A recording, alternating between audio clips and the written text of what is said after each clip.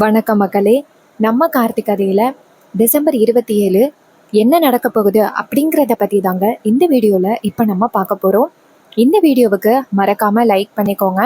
நீங்கள் லைக் பண்ணுறது தான் எங்களுக்கு அடுத்து வீடியோ போடுறதுக்கு ரொம்பவே இன்ட்ரெஸ்டிங்காக இருக்கும். ஸோ மறக்காமல் லைக் பண்ணிவிட்டு இந்த வீடியோவை பாருங்கள். என்ன நடக்குது அப்படின்னு பார்த்துக்கிட்டிங்கன்னா, வில்லி இருக்காங்கல்ல, அவங்க நம்ம ஹீரோவையே பார்த்துக்கிட்டு உட்காந்துருக்காங்க. அப்போ தான் ஹீரோ கேட்குறாங்க, என்ன இதுக்கடுத்து இந்த குடும்பத்துக்கு எதிரா என்ன பிளான் பண்ணலாம் அப்படின்னு பார்த்துக்கிட்டு இருக்கீங்களோ? அதுக்கு வில்லி சொல்றாங்க, இங்க பாருடா, நான் கண்டிப்பா தூங்குனா தானே நீ ரேவதி கிட்ட பேசுவ, நான் கண்டிப்பா தூங்க மாட்டேன் அப்படின்னு. அப்ப ஹீரோ சொல்றாரு, சரி சரி என்னமோ பண்ணுங்க, உங்க விஷயத்துல நான் தலையிடல அப்படின்னு சொல்லிட்டு ஹீரோ போன் பார்த்துக்கிட்டு இருக்காரு. அப்பதான் நம்ம ஹீரோயின் அந்த இடத்துக்கு வராங்க. வில்லி ஹீரோயினை பார்த்து, ஏய் இங்க எதுக்கடி வந்த, போய் தூங்கு. ஹீரோயின் சொல்றாங்க, இல்ல சித்தி, இவர்கிட்ட கொஞ்ச நேரம் பேசலான்னு வந்தேன். வில்லி சொல்றாங்க, இங்க பாரு, நீ இந்த டிரைவர் பையன் கூட பேசக்கூடாது அப்படிங்கிறதுக்காக அக்கா என்ன இங்க உட்கார வச்சிருக்கா, இப்ப போக போறியா இல்லையா? அப்ப ஹீரோயின் சொல்றாங்க, இங்க பாருங்க சித்தி, நீங்க தேவையில்லாத வேலையெல்லாம் பண்ணிக்கிட்டு இருக்கீங்க. நான் என் புருஷன் கூட பேசுறதுல உங்களுக்கு என்ன பிரச்சனை? அப்ப வில்லி சொல்றாங்க, இங்க பாரு, நீ மட்டும் இப்ப போகல அப்படின்னா நான் கண்டிப்பா அக்காவை கூப்பிடுவேன். நைட் ஆகிருச்சு, இப்போ உனக்கு பிரச்சனை வேணுமா? ஹீரோ நேரா ஹீரோயினை பார்த்து, இங்க பாரு, தேவையில்லாம சின்னத்தை பிரச்சனை பண்ணுவாங்க, நீ போய் ரெஸ்ட் எடு. ஹீரோயினும் சரி, ஆனா இந்த சித்தியோட ஆட்டம் ரொம்ப அதிகமாகுது.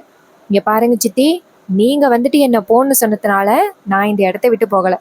என் புருஷன் என்னை இந்த இடத்த விட்டு போயிட்டு ரெஸ்ட் எடுக்க சொல்றாரு, அதனாலதான் நான் போறேன் அப்படின்ட்டு நம்ம ஹீரோயின் அந்த இடத்துல இருந்து போறாங்க. அவங்க போனதும் வில்லி என்ன பண்றாங்கன்னா, நேரா ஹீரோவை பார்த்து, என்ன இந்த வீட்டில் உங்கள் 2 பேரையும் தடுக்கிறதுக்கு யாருமே இல்லை அப்படின்னு நினச்சிக்கிட்டு இருக்கீங்களா? என்ன நடந்தாலும் சரி, நீங்கள் 2 பேரும் பேசிக்கவே விடமாட்டேன் அப்படின்னு சொல்ல ஹீரோ சொல்கிறாரு, சரி சரி உங்கள் வேலையை பாருங்க, எனக்கு தூக்கம் வருது அப்படின்னு ஹீரோ சொல்கிறாரு. அப்போ வில்லி வந்துட்டு ஹீரோவை பார்த்துட்டு முறைக்கிறாங்க, இவனை விடவே கூடாது அப்படின்னு. அப்போ மயில என்ன பண்ணுறாருன்னா, தூரத்துல இருந்து பார்க்குறாரு. பார்த்துட்டு, சே எதுக்கு இப்படி சின்னத்தை இப்படி வந்து உட்காந்துருக்காங்க, இவங்களை எப்படியாவது இந்த வீட்டை விட்டு விரட்டணுமே, அப்பதான் வந்துட்டு மாப்பிள்ளையும் ரேவதியும் பேசிப்பாங்க, இப்ப என்ன பண்றது அப்படின்னு யோசிக்கிறாரு. அப்பதான் ஒரு குட்டி பொம்மை மாதிரி இருக்கு. அதை பார்த்ததும் மயில என்ன பண்றாருன்னா, அந்த பொம்மையை தூக்கி அந்த வில்லி மேல வீசுறாங்க.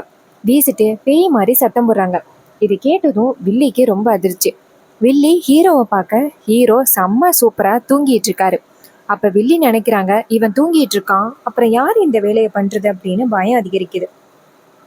அப்ப நம்ம மயில் வந்துட்டு மறுபடியும் பேய் மாதிரி சத்தம் போட, அப்ப வில்லி பயந்துகிட்டு அந்த இடத்துல இருந்து ஓடி போய் ரூமுக்குள்ள போயிட்டு கதவை சாத்திக்கிறாங்க. மயில் இதை பார்த்துட்டு ரொம்ப சந்தோஷப்படுறாரு, அப்பாடா எப்படியோ சின்னத்தையே இந்த இடத்த விட்டு போக வச்சாச்சு அப்படின்ட்டு. அவரு நேரா நம்ம ஹீரோ கிட்ட வந்துட்டு, சகல பாத்தீங்களா, நைட்டு ஃபுல்லாக உங்களையே பார்த்துக்கிட்டுக்கணும் அப்படின்ட்டு சின்னத்தை முடிவு பண்ணிட்டாங்க போல. உங்கள் 2 பேரையுமே பேசிக்க விடாமல் ஸ்டாப் பண்ணுறாங்க. அப்போ ஹீரோ சொல்கிறாரு, ஆமாம் எனக்கு நல்லாவே தெரியுது, அதுக்கு நீங்கள் ஏன் இப்படி பண்ணீங்க? மயில சொல்கிறாரு, சகல அந்த மாதிரி ஆளுக்கு இந்த மாதிரி வேலையை பண்ணாதான் கரெக்டாக இருக்கும். நீங்கள் ரேவதியை கூப்பிட்டு பேசுங்க மாப்பிள்ள, இவ்வளோ நாள் பிரிஞ்சிருந்தீங்க, பேசுறதுக்கு எவ்வளவோ இருக்கும். அப்போ ஹீரோவும் சரி அப்படின்னு சொல்லிட்டு சிரிக்கிறாரு. மயில அந்த இடத்துல இருந்து போறாரு. போயிட்டு நேரா ரோகிணி கிட்ட, ரோகிணி நீ சொன்ன பிளான் ஒர்க் அவுட் ஆகிருச்சு. சித்திக்கு பேய்னா பயம் அப்படின்னு எனக்கே இப்பதான் தெரியும். சித்தியே ஒரு பேய், ஆனா அவங்களே ஒரு பேய்க்கு பார்த்து பயப்படுறாங்களே அப்படின்னு சொல்லி சிரிச்சுக்கிட்டு இருக்காங்க. அப்ப ரோகிணி சொல்றாங்க, நல்ல வேலைங்க, சித்தி இந்த இடத்த விட்டு போயிட்டாங்க, ஏன் இப்படி விக்கமே இல்லாம சித்தி இப்படி பண்றாங்க? அதுக்கு அவர் சொல்றாரு, அத்தை தான் வந்து பாத்துக்க சொன்னாங்களா, அதனாலதான் அத்தை இப்படி உட்கார்ந்து இருந்திருக்காங்க. சரி, அதான் அவங்கள பயமுறுத்தி விரட்டியாச்சுல்ல, அவங்க இன்னொரு ரூமுக்கு போய் உட்காந்து பயந்துகிட்டு இருப்பாங்க. இனிமே மாப்பிள்ளைக்கும் ரேவதிக்கும் எந்த பிரச்சனையும் இல்லை, அவங்க 2 பேரும் மனசு விட்டு பேசலாம் அப்படின்னு. அப்புறம் இன்னொரு பக்கம் நம்ம ஹீரோ இருக்காருல்ல, அவரு உட்கார்ந்துருக்கும் பொழுது நம்ம ஹீரோயின் அங்கேருந்து வராங்க. நேரா புருஷனை பார்த்து, என்னங்க உங்களை இந்த நிலைமையில பார்ப்பேன் அப்படின்னு நான் கொஞ்சம் கூட எதிர்பார்க்கவே இல்லை. அப்ப அவர் சொல்றாரு, இது எல்லாமே இந்த குடும்பத்தை ஒண்ணு சேர்க்கறதுக்காக தானே, நீ ஏன் இதை பத்தி கவலைப்படுற? இந்த குடும்பத்தை ஒண்ணு சேர்க்க வேண்டியது என் பொறுப்பு, மத்தபடி நீ எதை பத்தியும் கவலைப்படாத அப்படின்னு சொல்ல, ஹீரோயினும் சரி அப்படின்னு சொல்லிட்டு அமைதியா இருக்காங்க. அப்ப ஹீரோயின் கேக்குறாங்க, இது மாதிரி உங்க மடியில படுத்து கொஞ்ச நேரம் தூங்கணும் அப்படின்னு ஆசையா இருக்கு அப்படின்னு சொல்ல, ஹீரோ சொல்றாரு சரி வா அப்படின்னு சொல்லிட்டு ஹீரோயினை மடியில படுக்க வச்சு தலைய கோதி விடுறாரு. அப்ப ஹீரோயின் சொல்றாங்க, நம்ம வீட்டுல எப்ப வந்துட்டு அம்மா வந்து நீங்க எந்த தப்பும் பண்ணல அப்படின்னு உங்களை ஏத்துக்க போறாங்க, பாட்டியையும் எப்ப மன்னிக்க போறாங்க, எப்ப நம்ம ரெண்டு பேரும் அம்மாவோட ஆசிர்வாதத்தோட நம்ம ரெண்டு பேருமே சந்தோஷமா வாழ ஆரம்பிக்கிறதுன்னு எனக்கு தெரியல. எனக்கு ரொம்ப கவலையா இருக்கு நாள் ஆக ஆக. ஹீரோ சொல்றாரு, இங்க பாரு, என் மேல உனக்கு நம்பிக்கை இருக்குல்ல, இந்த குடும்பத்தை ஒண்ணு சேர்க்க வேண்டியது என்னோட கடமை, நீ கவலைப்படாத அப்படின்னு சொல்ல, ஹீரோயின் சொல்றாங்க, நான் எத்தனை நாள் தான் கவலைப்படாம இருக்கிற மாதிரி நடிக்க முடியும், நீங்க கண்டிப்பா இந்த குடும்பத்தை சேர்த்துருவீங்க அப்படின்னு எனக்கு முழு நம்பிக்கை இருக்கு, ஆனா அது எப்போன்னு தெரியல, அதான் எனக்கு கவலையா இருக்கு. அப்ப ஹீரோ சொல்றாரு, இங்க பாரு, அதெல்லாம் கவலைப்படாத, கண்டிப்பா கூடிய சீக்கிரம் அத்தியோட மனசை மாத்திரலாம். என்னோட முதல் குறிக்கோள் என்ன தெரியுமா, அந்த சண்முகத்தோட போனை கண்டுபிடிக்கணும். சண்முகத்தோட போனை கண்டுபிடிச்சு அதுல என்ன இருக்கு அப்படிங்கறத கண்டுபிடிக்கணும்.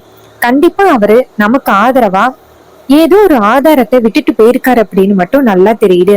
அது என்ன ஆதாரம் அப்படிங்கறது தான் தெரியல. அந்த ஆதாரம் மட்டும் கிடைச்சிருச்சு அப்படின்னா அதை கூடிய சீக்கிரம் அத்தை கிட்டையும் காமிச்சு இந்த குடும்பத்து மேல எந்த தப்பும் இல்லை அப்படிங்கறத நிரூபிச்சு, பாட்டி மேல எந்த தப்பும் இல்லை அப்படின்னு நிரூபிச்சு வீட்டுக்கு கூட்டிட்டு வந்துடலாம். இதை கேட்டதும் ஹீரோயின் சொல்றாங்க, அதெல்லாம் எப்ப நடக்கும்? ஹீரோ சொல்றாரு, கூடிய விரைவில் நடக்கும். நாளைக்கு சண்முகத்தோட பேத்திய போய் நான் பார்க்க போறேன். அவங்கள போய் பார்த்து வேற ஏதாவது அந்த சண்முகம் சொல்லியிருக்காரா அப்படின்னு நான் கேட்க போறேன். ஹீரோயின் சொல்றாங்க, சரிங்க அப்படின்னு சொல்லிட்டு ரெண்டு பேருமே சேர்ந்து பேசிக்கிட்டு இருக்காங்க. அதே நேரம் வில்லி வந்துட்டு அவங்க ரூமுக்குள்ள, வெளியிலயும் போக முடியல, பேய் பயமா இருக்கு, அக்கா வேற அவங்க ரெண்டு பேரையும் பாத்துக்க சொன்னா, என்ன நடக்க போகுதோ தெரியலையே அப்படின்னு. அப்ப ஹீரோயின் சொல்றாங்க, சித்தி ஏன் தான் இப்படி பண்ணிக்கிட்டு இருக்காங்க, நம்ம குடும்பத்துல யாருமே சந்தோஷமா இருக்க கூடாது அப்படின்னு அவங்க இதெல்லாம் பண்ணிக்கிட்டு இருக்காங்க, ஏன் தான் சித்தி இப்படி பண்றாங்கன்னு தெரியல. அதுக்கு ஹீரோ சொல்றாரு, இங்க பாரு, அவங்க எத்தனை நாள் இந்த மாதிரி கண்டினியூவா நம்ம குடும்பத்தை பழி வாங்கிட்டு இருக்க முடியும், அதற்கெல்லாம் வாய்ப்பே இல்லை.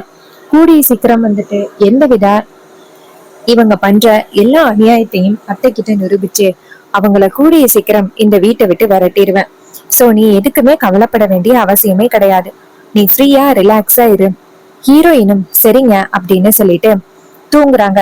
அப்ப ஹீரோ நினைக்கிறாரு, ரேவதி ரொம்ப பாவம், மனசால ரொம்ப வந்துட்டு காயப்பட்டிருக்கா, அவளை எப்படியாவது சமாதானப்படுத்தி ஹாப்பியா வாழ வைக்கணும் அப்படின்னு நம்ம ஹீரோ நினைக்கிறாரு.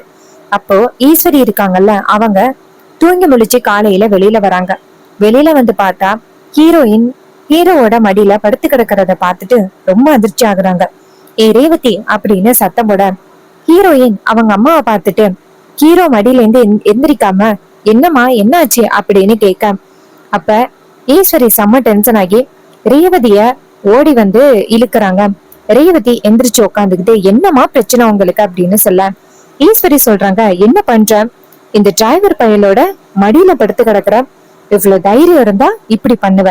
ஹீரோயின் சொல்றாங்க, என்னமா, எனக்கு யாருன்னே தெரியாதவங்க மடியில படுத்து கிடந்த மாதிரி பேசுறீங்க, என் ஹஸ்பண்டோட மடியில தானே படுத்து கிடந்தேன், அவரு எனக்கு எந்த அளவுக்கு முக்கியம் தெரியுமா, நீங்க தேவையில்லாம பிரச்சனையை உண்டாக்காதீங்கம்மா அப்படின்னு.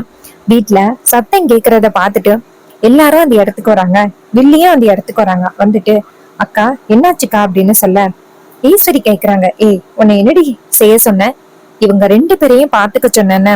அதுக்கு வில்லி சொல்றாங்க, அக்கா நைட்டு பேய் வர மாதிரி என்ன பயமுறுத்தி என்ன ரூமுக்குள்ள புக வச்சுட்டாங்க, இல்லைன்னா நான் இங்கதான்க்கா உட்கார்ந்து இருந்துட்டு இருப்பேன். அதுக்கு ஈஸ்வரி சொல்றாங்க, உன்கிட்ட போய் பொறுப்பை ஒப்படைச்சேன் பாரு, ஏ டிரைவர் பையலு, இதே மாதிரி என் பொண்ண உன் பக்கம் இழுத்தரலாம் அப்படின்னு நீ நினைச்சுக்கிட்டு இருக்கியா, நீ என்ன பண்ணாலும் சரி கண்டிப்பா நான் விடவே மாட்டேன். இன்னும் 6 மாசம், அந்த 6 மாசத்துக்குள்ள உனக்கும் ரேவதிக்கும் விவாகரத்தை முடிவு பண்றேன். அப்ப ஹீரோ சொல்றாரு, அத்தை 6 மாசத்துக்கு இன்னும் நிறைய நாள் இருக்கு, அதுக்குள்ள நான் பாட்டி மேல எந்த தப்பும் இல்லை அப்படிங்கிறத நிரூபிச்சிடுவேன். அதுக்கப்புறம் நீங்க எப்படி என்ன இந்த வீட்டை விட்டு துரத்த முடியும், துரத்துறதுக்கு வாய்ப்பே இல்லை. ஈஸ்வரி சொல்றாங்க, இருந்தாலும் உனக்கு அதிகப்படியான நம்பிக்கை, இங்க பாரு, என்ன பத்தி உனக்கு தெரியல, அதான் நீ இப்படி பேசிக்கிட்டு இருக்க, இங்க பாருடா, ரேவதி அதிகமா உனக்கு இடம் கொடுக்குறா, அதனாலதான் நீ இவ்வளவு திமிரா பேசுற அப்படின்னு சொல்லிட்டு ஈஸ்வரி பேச, அப்ப வில்லி சொல்றாங்க, ஆமாக்கா, இது எல்லாத்துக்கும் காரணம் ரேவதி தான். அவன் கொடுக்குற இடத்துலதான் இவன் இவன் வந்துட்டு ரொம்ப ஓவரா பேசிக்கிட்டு இருக்கான். அதுக்கு ஹீரோயின் சொல்றாங்க, எல்லாரும் ஒரு நிமிஷம் நிப்பாட்டுறீங்களா? என் புருஷன் கூட ஒரு 5 நிமிஷம் பேசுறத தப்பு அப்படின்னு சொல்றீங்க? நீங்க எல்லாரும் எந்த காலத்துல இருக்கீங்க? இங்க பாருங்கம்மா, கோர்ட்டுல என்ன சொன்னாங்க? நாங்க 2 பேருமே சேர்ந்து வாழணும் அப்படின்னு சொன்னாங்கல்ல.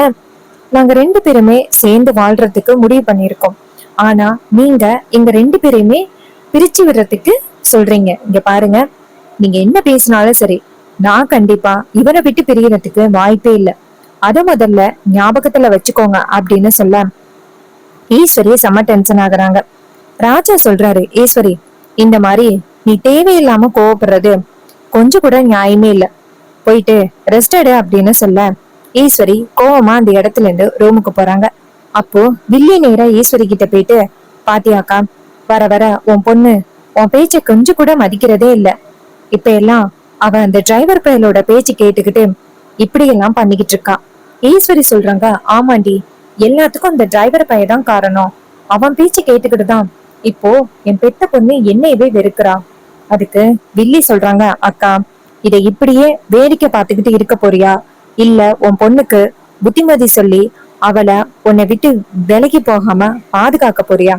ஈஸ்வரி சொல்றாங்க, இங்க பாருடி, என் பொண்ணு என்னை விட்டு போக கூடாது. அதுக்காக நான் எந்த எல்லைக்கு வேணாலும் போக தயார்.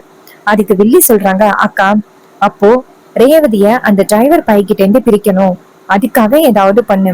நீ இப்படியே வேடிக்கை பார்த்துக்கிட்டு இருந்தேன்னு வச்சுக்கேன், அதுக்கப்புறம் நீ நினைச்சது எதுவுமே நடக்காது. 6 மாசத்துக்குள்ள ரேவதி கர்ப்பமாயிட்டா அப்படின்னு வச்சுக்கேன், இந்த விவாகரத்தே கேன்சல் ஆயிடும். உன்னால எதுவுமே பண்ண முடியாது. இதை கேட்டதும் ஈஸ்வரி சொல்றாங்க, விடமாட்டேன் அப்படின்னு.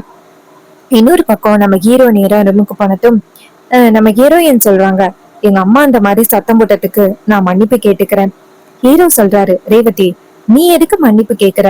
இந்த விஷயத்த பொறுத்த வரைக்கும் அத்தை மேல எந்த தப்புமே கிடையாது. இது எல்லாத்துக்கும் முக்கிய காரணமே சின்னத்தா தான். அவங்கதான் பெரியத்த கிட்ட கண்டதையே சொல்லி அவங்களை இன்னுமே கோவப்படுத்திக்கிட்டு இருக்காங்க. மத்தபடி அவங்க மேல எந்த தப்புமே இல்ல. அப்ப ஹீரோயின் சொல்றாங்க, அம்மா மேல நீங்க எந்த அளவுக்கு பாசம் வச்சிருந்தா அவங்க எந்த அளவுக்கு உங்க மேல பழி போட்டாலும் அதை நீங்க பெரிய விஷயமா எடுத்துக்காம அம்மாவுக்கு எப்பவுமே ஆதரவா பேசுறீங்க. உங்களை மாதிரி ஒரு மருமகன் கிடைச்சதுக்கு அம்மா ரொம்பவே கொடுத்து வச்சிருக்கணும்.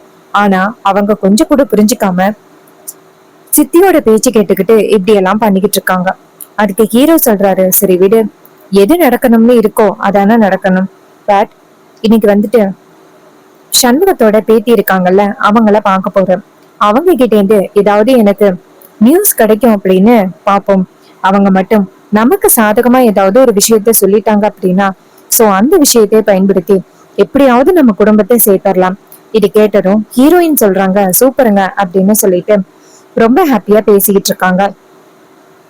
இன்னொரு பக்கம் நம்ம மயில அந்த இடத்துக்கு வராரு. வந்துட்டு, சகல, என்ன சகல, ரேவதி கூட ஹாப்பியா பேசிக்கிட்டு இருக்கீங்க போல. அப்ப ஹீரோயின் சிரிக்கிறாங்க, வாங்க அப்படின்ட்டு. மயில சொல்றாரு, சகல, சின்னத்தியோட அட்டகாசம் ரொம்ப அதிகமாயிட்டே போயிட்டு இருக்கு. அவங்களோட அட்டகாசத்தை ஃபர்ஸ்ட் நிப்பாட்டணும். அதுக்கு ஏதாவது திட்டம் சொல்லுங்க மாப்பிள்ள. அப்ப ஹீரோ சொல்றாரு, ஃபர்ஸ்ட் அவங்கள பத்தி நிரூபிக்கிறத விட்டுட்டு பாட்டி மேல எந்த தப்பு இல்லை அப்படிங்கறத நிரூபிக்கணும். ஆல்மோஸ்ட் அதை நிரூபிச்சுட்டாலே அத்திக்கு என்னெல்லாம் நடக்குது அப்படிங்கிற கிளாரிட்டி தெரிஞ்சு போயிரும். அதுக்கப்புறம் சுலபமா இந்த குடும்பத்தையும் ஒண்ணு சேர்த்தரலாம்.